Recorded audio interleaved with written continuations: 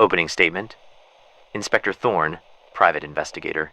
Date, November the 5th, 1927. Case file.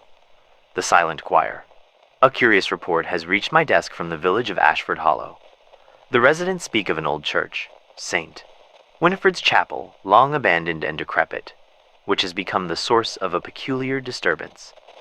At dusk, faint hymns echo from its crumbling walls, though no congregation remains to sing.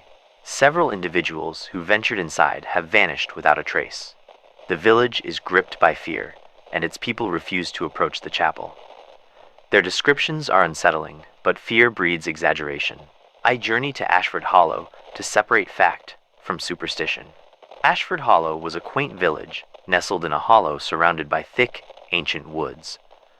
The journey there was accompanied by a persistent drizzle, which left the cobblestone streets slick and the air damp. The villagers were wary, their whispers a constant undercurrent as I made my way to the local inn. The innkeeper, a man named Mr. Cuthbert, was eager to share his account. "It starts with the singing," he said, his voice low. "Not just any hymn. It's wrong, off-key, but still beautiful, if that makes sense. And then the lights. A glow from the chapel windows, like the place is alive again." "Have you seen anyone enter?" I asked, setting down my cup of tea. "Only fools and travelers who don't know better," he replied. "None of 'em ever come back." "Best you stay away from it, Inspector. Some things aren't meant to be meddled with." I assured him that meddling was, in fact, my profession and retired early to prepare for the investigation.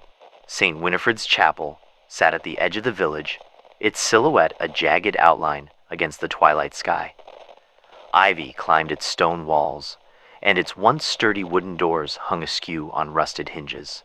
The graveyard surrounding it was overgrown, its headstones leaning at odd angles. As night fell, the singing began. It was faint at first, a melodic hum that grew steadily louder. I stood at the chapel's threshold, listening intently. The voices were haunting, their harmony tinged with dissonance.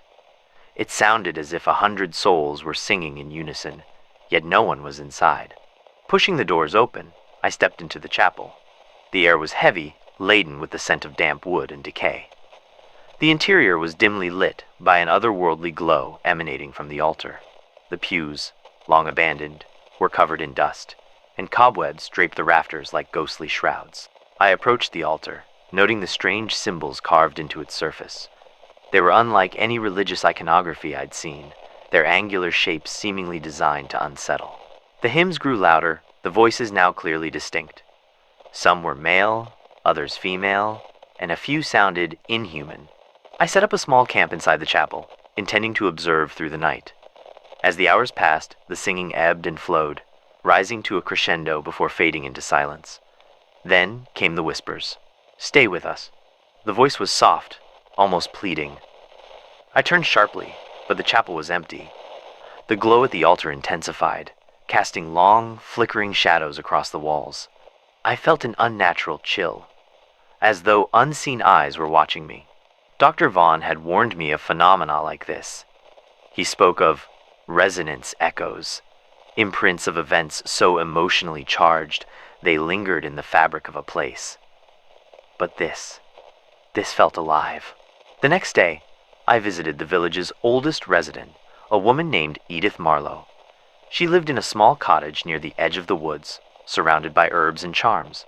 "The chapel's been cursed for years," she said, her voice raspy. "Back when it was still in use, the choir sang every Sunday.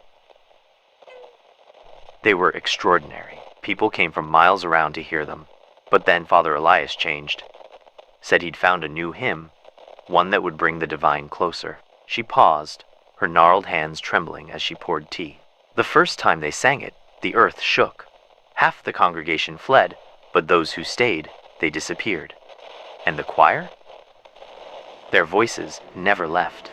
Armed with this knowledge, I returned to the chapel that evening. This time, I brought a phonograph to record the hymns and a lantern filled with holy water. The singing began as before, but now I noticed something I had missed: a faint vibration in the floor, as though the building itself was responding. The glow at the altar grew blinding, and the air thrummed with energy. I turned on the phonograph, capturing the unearthly melody. As I approached the altar, the singing ceased, replaced by a deafening silence. Then, the shadows moved.